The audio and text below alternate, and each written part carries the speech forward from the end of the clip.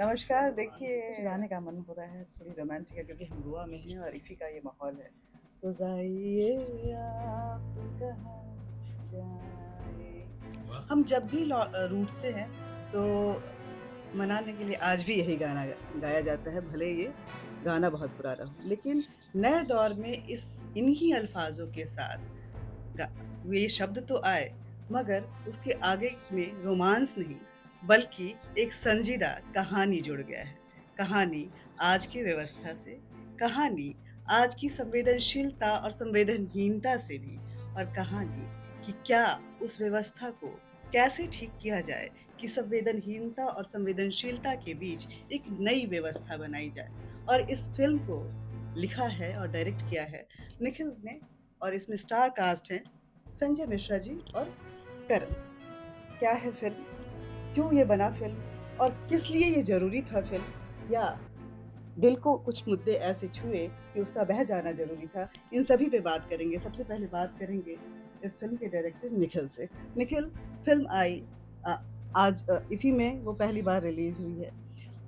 Film को जब मैंने पढ़ा, सुना और कुछ उसके ट्रेलर्स देखे, तो ऐसा लगा कि ये मुद्दा मेरे से जुड़ा हुआ है। क्योंकि हम घर से पहले जब निकलते हैं, तो कई बार सोचते हैं कि 2 घूँट पानी कम ही पी जाएँ, क्योंकि पता नहीं रास्ते में कब ये नेचुरल कॉल आ जाए और हमें वो नहीं मिलेगा। ख़ासकर मेरे मेरे जैसे रिपोर्टर, मुझे याद है कि पार्लियामेंट कवर करने जाते थे, तो वहाँ पे कोई पूरे दिन हमें रहना पड़ता था।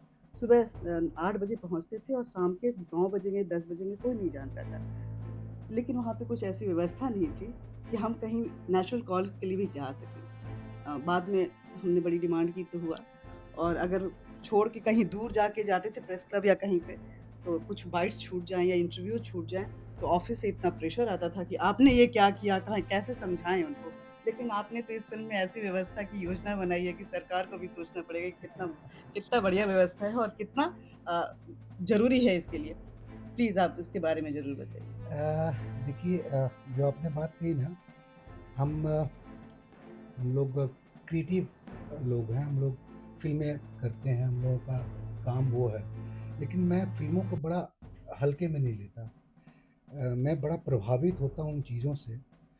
आपने अगर 2 आँखें 12 हाथ देखी है? जी, बिल्कुल, बिल्कुल। 2 आँखें 12 हाथ के बाद, अगर भैया मैं गलत नहीं हूँ तो 2 आँखें 12 हाथ देखने के बाद इंडिया में पहली बार ओपन जेल का कॉन्सेप्ट आया जी। था। हुँ, कि कैदियों को भी उस सलाखों से बाहर खुले आसमान देखने का एक हुँ, मौका मिले। हुँ, तो फ़िल्में वो हैं जो समाज को बदलती हैं। हुँ, हुँ, फ़िल्में वो हैं जो समाज को आगे बढ़ाती हैं, क्रांति हुँ, लाती हैं। सिर्फ़ हम नेता बनकर और हुँ, आंदोलनकारी बनकर क्रांति नहीं ला हुँ, सकते। हुँ, हुँ, तो हम भी समाज को कुछ देना चाहते हैं हुँ, अपने काम के माध्यम से।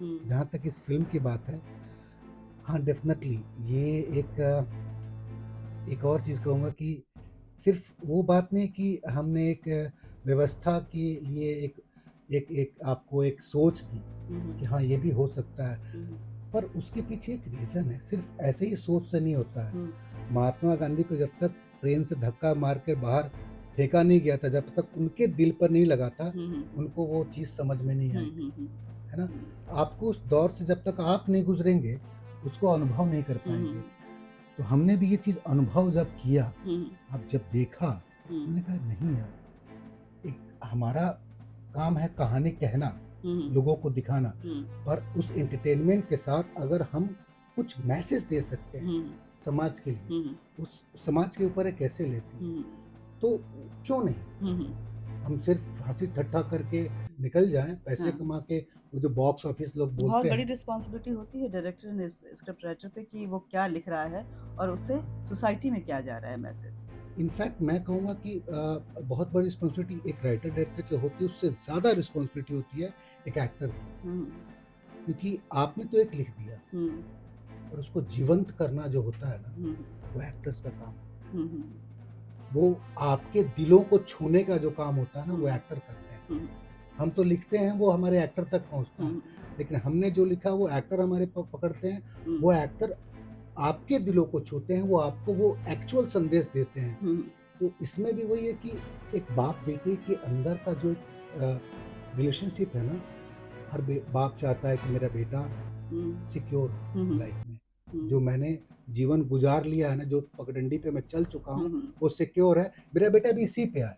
लेकिन ये बाप बेटे की कहानी बाप बेटे से सुनूंगी, क्योंकि बाप भी बगल में है और बेटे भी हाँ, बगल में है। प्लीज। पहले शुरुआत बेटे से करूं या बाप से करूं? मैं बेटे से करती हूँ, क्योंकि बेटे ने बड़ी अच्छी भूमिका निभाई है रिक्शे वाले की, और कोई बाप अपने बेटे को रिक्शा वाला देखना नहीं चाहता है। और रिक्शा वाला इनको देख, मैं तो इनके साथ कल फोटो खिंचवाई हूँ और आज रिक्शे वाले से बात कर रही हूँ। तो रिक्शे वाले भैया, जी। ये बताओ कि रिक्शा वाला बनने की प्रेरणा कहाँ से आई? और जब ये प्रेरणा तो स्टोरी से आई होगी, जाहिर सी बात है, लेकिन जब रिक्शा वाला बने, क्योंकि ये आप जब स्टार बनते हो तो आपको बहुत शोर-शराबाजी करनी होती है, तो उसके लिए बहुत जीवंत एक्टिंग की ज़रूरत नहीं होती है। लेकिन जब आप लो प्रोफ़ाइल में जाते हो और उस कैरेक्टर को करना होता है, तो आपको मेथड एक्टिंग जो होती है, उसको, उस कैरेक्टर को जीना पड़ता है। तो कितनी चुनौतियाँ आईं, किस तरह से आपने उसको लिया और फिर उसको किस तरह से अपने आप कैरेक्टर को जस्टिफ़ाई किया? चुनौतियाँ तो थी, क्योंकि मैं फिजिकली और कलर से और जिस तरह का मेरा बॉडी टेक्सचर है, हुँ, मैं रिक्शा वाला नहीं हूँ। हुँ, ये बात मैं जानता था। हुँ, मैं एक बहुत अच्छी बॉडी बिल्ड का ट्रेंड मार्शल आर्टिस्ट हूँ, ब्लैक बेल्ट हूँ। हुँ, तो उन सारी चीज़ों को ब्रेक करना था मुझे। हुँ, हुँ, तो इसमें सबसे बड़ा क्रेडिट मैं दूंगा मेरे डायरेक्टर हुँ, हुँ, निखिल भाई को हुँ, और मेरे प्रोड्यूसर मिस्टर हनुमंत खत्री जी को, हुँ, जिन्होंने ये ट्रस्ट रखा हुँ, कि मैं ये रिक्शे वाले की भूमिका निभा सकता हूँ। हुँ, उनका इस ट्रस्ट पे अब मुझे खरा उतरना था। हुँ, तो मैंने पूरी एक्सरसाइजेस छोड़ दी, मार्शल आर्ट प्रैक्टिस छोड़ दी, हुँ, अपनी बॉडी को मैंने पूरा मेल्ट कर दिया। हुँ, मतलब ऑलमोस्ट समझ लीजिए कि करीबन 8 किलो मैंने वजन 3 महीने में घटाया, हुँ, वो भी मसल मास का, हुँ, फैट नहीं। मसल मास को मेल्ट करना मुश्किल होता है, हुँ, वो किया। उसके ये करता रहा, उसके दौरान ही रिक्शा चलाना, हुँ। रिक्शा चला के सीखना, उसमें मास्टरी अच्छा, आपने करना। रिक्शा भी चलाई? 3 महीने प्रैक्टिस की है फिल्म सिटी रोड पर। मुझे हुँ, लोग पहचानने लगे थे और चिल्लाते थे। तो वो रिक्शा वाले रिक्शा वाले, भैया। ए रिक्शा वाले! वो चिल्लाते, जो मेरे फादर ने, जो संजय भैया ने रोल किया, वो उनका उनका भी उसमें वो है। हुँ, और लोग, ए रिक्शा वाले, हमको पहुँचाओगे क्या फिल्म सिटी? और मैं करता था, मैं बिठा लेता था। हाँ, कि हाँ, आओ चलो, वो बच्चे होते थे हाँ, छोटे-छोटे हाँ, स्कूल वाले, तो हाँ, मैं बिठा हाँ। लेता था, चलाता था। तो फिर कैसा लगता था वो रिक्शा वाले सुनने से? नहीं, नहीं, नहीं, मैं नहीं, नहीं, मैं कैरेक्टर, ये हाँ, कैरेक्टर मैं वही कैरेक्टर बता रहा हूँ कैरेक्टर वाइज़ बोल कि रही हूँ। वो उस वक़्त तो मैं टी-शर्ट और उसमें यही इसी कलर में होता था, तो हुँ, मैं रिक्शा वाला लगता तो था नहीं, हुँ, लेकिन उनको लगता था कि हाँ, कोई एक्टर है, कुछ तैयारी कर रहा है। हुँ, क्योंकि फिल्म सिटी रोड पर चूँकि हुँ, फ़िल्म वाले लोग आते-जाते हैं, वहाँ के लोग हुँ, स्वाभाविक रूप से जानते हैं कि फ़िल्म हुँ, वालों की रोड है, हुँ, तो यहाँ कुछ ऐसा ही चल रहा हुँ, है। वो उनको पता होता था। और मैं अपनी मुझे जब वो रिक्शा वाला बुलाते थे, बोलते थे हमको छोड़ दो, घुमा हुँ, दो, हुँ, क्योंकि बॉम्बे में वो, पहली बात, वो जो साइकिल रिक्शा है, हुँ, वो बॉम्बे के लिए अजूबा है। हुँ, हुँ, बॉम्बे में ये चलता ही नहीं है। हुँ, वो जो यूपी वाले हैं या हुँ, बिहार वाले, वही जानते थे कि ये रिक्शा वहाँ का है। हुँ, अब यहाँ कहाँ से आया, हुँ, और ये सुबह-सुबह 6 बजे से 8 बजे तक एवरी अल्टरनेट डे ये कौन है पता नहीं। हुँ, तो कुछ लोग देखने भी आते थे हुँ, कि रिक्शा चला रहा है ये हुँ, कोई। हुँ, तो इस तरह से सीख के उसकी तैयारी मैंने एक हुँ, प्रोसेस अपनाया था। उसको मेथड एक्टिंग भी कह सकते हैं आप, कि रिक्शे वाले के घर वालों से मिलना, उनसे बातें करना, हुँ, उनके चाल-ढाल को समझना, उनके हुँ, रिक्शे वालों के साथ बैठ के उनको चाय पिला के। हुँ, मैं ये काम मैंने यूपी में, बनारस में मैं दर्शन करने के, काशी विश्वनाथ जी गया था, वहाँ पर मैं हुँ, दर्शन करने के बाद मैं रिक्शे वाले से मिला, उसको पैसे दिए, हुँ, उसके साथ उसके घर पे के चला गया। हुँ, हुँ, इस तरह से एक प्रोसेस मैंने हुँ, अपनाया था, हुँ, और वहाँ से उस कैरेक्टर को तैयारी करने की मेरी कोशिश की थी मैंने। हुँ, हुँ। और मुझे अच्छा, जब रिक्शा वाला होता है तो हम लोग बड़ी किच-किच करते हैं कि भैया बोलेगा ₹20 बोले, नहीं, नहीं ₹15 ले लो, ₹50, नहीं, नहीं जी, 20 आपके साथ ये किच-किच हुई? नहीं, ये वाक़ई उसके बाद तो मेरा रिक्शे वालों के प्रति थॉट ही बदल गया है। हुँ, अब मैं उस चीज़ को फ़ील कर सकता हूँ कि नहीं बाबा, वो जितनी मेहनत करते हैं ना, हुँ, तो अगर वो ₹10 है तो उनको ₹15 दे दो, हुँ, हुँ, और ₹2 ज़्यादा दो, क्योंकि वो अपना खून जला के हुँ, और जितनी ताकत से खींचते हैं, it's not easy. Hmm, hmm, rickshaw चलाना बहुत टफ़ काम है, क्योंकि मैं वो चलाया, हुँ, मैंने शूटिंग करी है, हुँ, लेकिन उसकी प्रैक्टिस करी है। It's a difficult task. हुँ।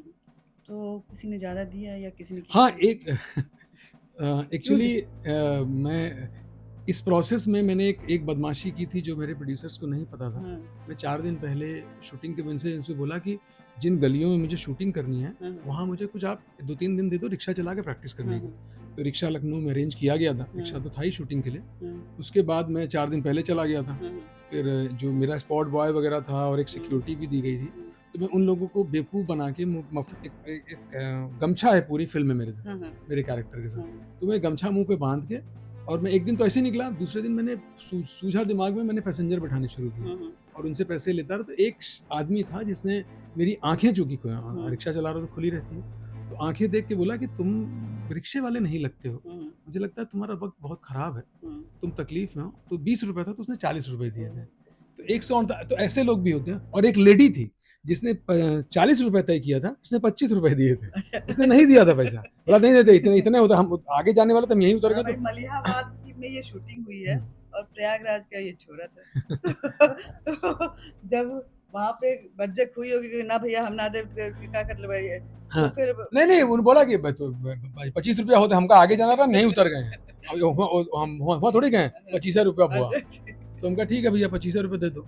तो वो गए, वो उस समय तो मैं रिक्शा वाला था। तो कमाई कुछ मोटी हुई कि नहीं? 148 रुपए। अच्छा, बहुत अच्छी कमाई हुई।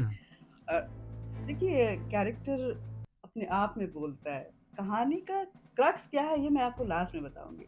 लेकिन संजय सर, हर बाप की ख्वाहिश होती है कि मेरा बेटा कुछ बड़ा आदमी बने। आपका बेटा रिक्शे वाला बना। किस तरह से ये बाप बेटे का रिलेशन पूरे मूवी में चला, और उस रिलेशन के बीच में आम लोग जो हैं अपने पिता के कैरेक्टर को ढूंढेंगे, अपने बेटे के कैरेक्टर को ढूंढेंगे। तो वहाँ पे किस तरह से आप वहाँ पे एक सटल वे में जो मैसेज देने की कोशिश करेंगे कि बाप को कैसा होना चाहिए, बहुत ज़रूरी होता है। व्हाट्सएप पे हमारे फैमिली का एक ग्रुप है, तो हम लोग लिख रहे थे, ऐसे ही मैं लिखता जा रहा था।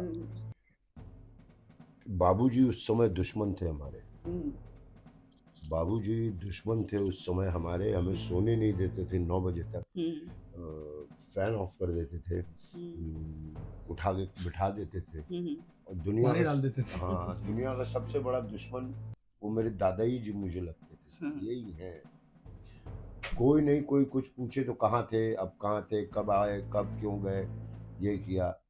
और धीरे धीरे आप कब बाबूजी बन गए आपको ये पता नहीं चला। आज हमारे बच्चे वही स्ट्रगल है, पापा आप समझते नहीं, आप समझते नहीं हो पापा। ये लाइन सदियों से चला रहा है, सदियों से चला। मतलब मैं भी अपने पापा को कभी, अरे आप नहीं जानते, मैं बता रहा हूँ ना। तो ये जो बाप बेटी में या एक पेरेंट्स और बच्चों में जो होता है ना, इसी का ये विस्तार है। हम खाने पीने पे नहीं लड़ते हमारे घर में, लेकिन और कई चीजों पे मैं पल लम्हा से लड़ता ही रहता हूँ। अरे क्यों, क्या जरूरत थी, रोड क्यों क्रॉस कर गई ऐसे। लेकिन इनका जो वर्ग है थोड़ा रिक्शा भूंजा वाला वर्ग है, तो इनकी लड़ाई थोड़ी वैसी होती है। शादी के बाद बेटे और भाग गया, बताओ। हाँ, साधु बन गया है, साधु बन गया है, उसके बाद रिक्शा वाला बन गया है, उसके बाद फैमिली बिजनेस को नहीं चला रहा, रिक्शाबाजी करूंगा। लोग पूछते होंगे कहाँ चला। रिक्शाबाजी भी इनोवेटिव है। हाँ, रिक्शाबाजी भी अलग इनोवेटिव है, अलग है। मतलब मैं बाप के किए कराए पे नहीं चलूंगा बॉस, मुझे कुछ अपना करना है।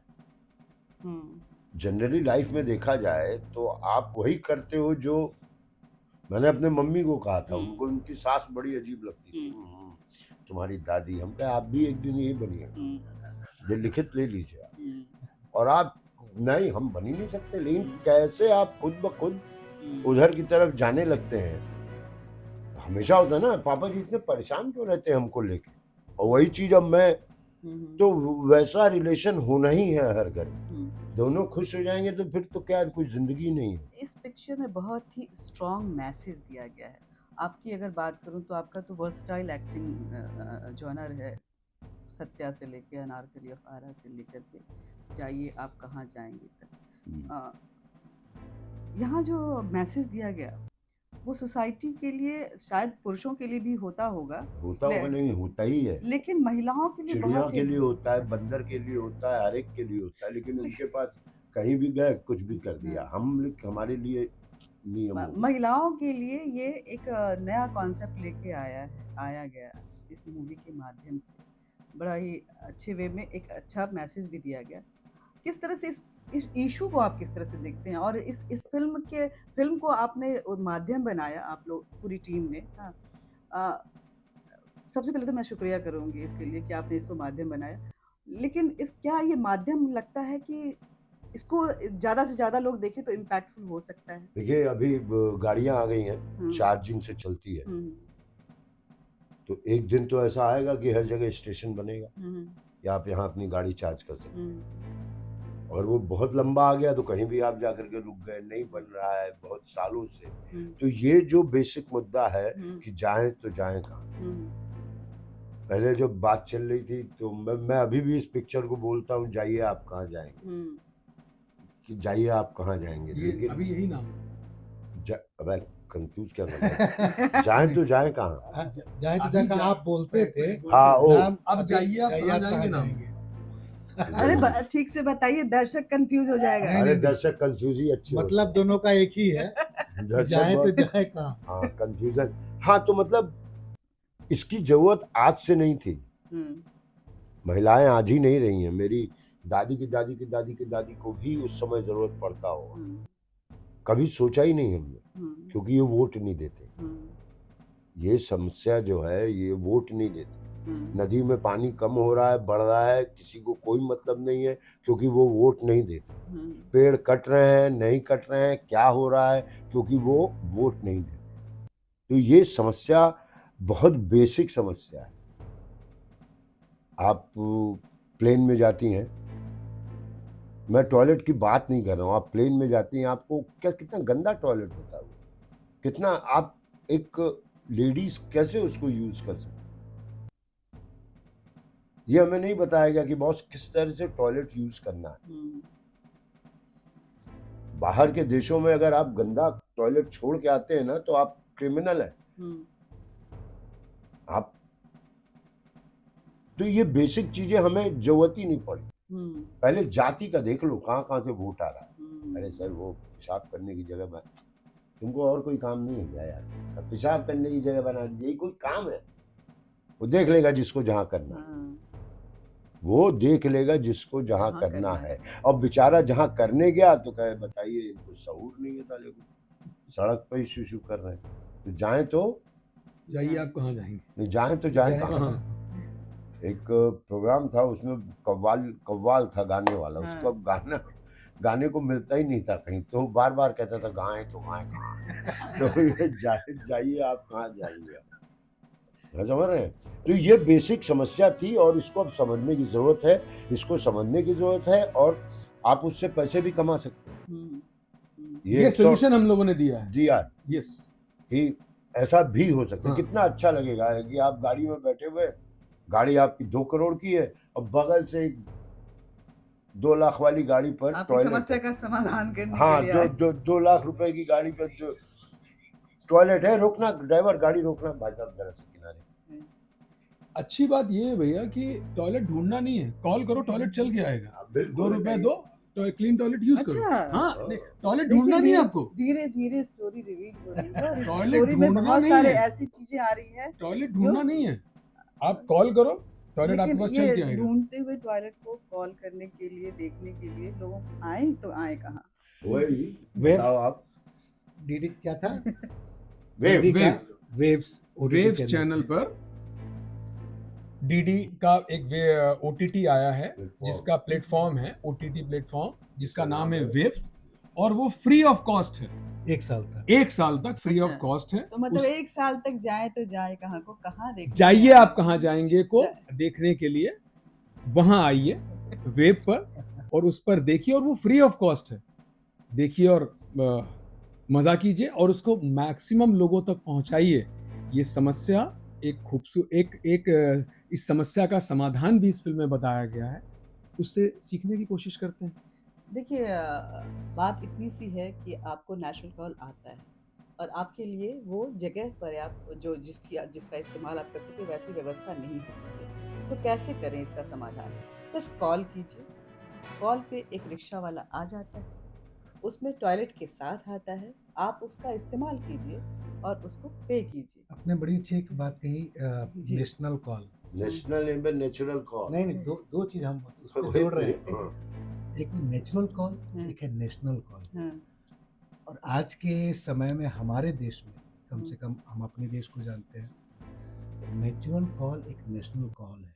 बिल्कुल, बिल्कुल वी सही शुड बात कही है। ऑलवेज थिंक अबाउट दैट कि आप कितना भी कर लें, कुछ भी कर लें, लेकिन हाँ। घर के बाहर का जो गंदगी है ना, घर के बाहर की जो समस्या है, घर के बाहर निकल कर ही पूरी होती है. हाँ। घर के अंदर चेयर पर बैठ के पूरी नहीं होती. जी, बिल्कुल। तो मोदी जी, आपने बहुत अच्छा मुहिम चलाया था स्वच्छ Bharat, open defecation free India.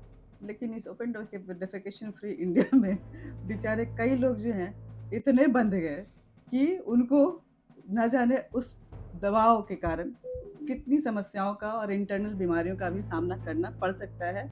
तो बहुत अच्छी बात कही आपने, आप पे कीजिए, टॉयलेट में जाइए, जगहों को गंदा मत कीजिए, सड़कों को गंदा करने की कोई ज़रूरत नहीं है। हर समस्या का समाधान है और उसका खूबसूरत समाधान इस जाइए आप कहाँ जाएंगे जी। में दिखाया गया है। बहुत बहुत धन्यवाद। Thank you. Thank you. Thank you.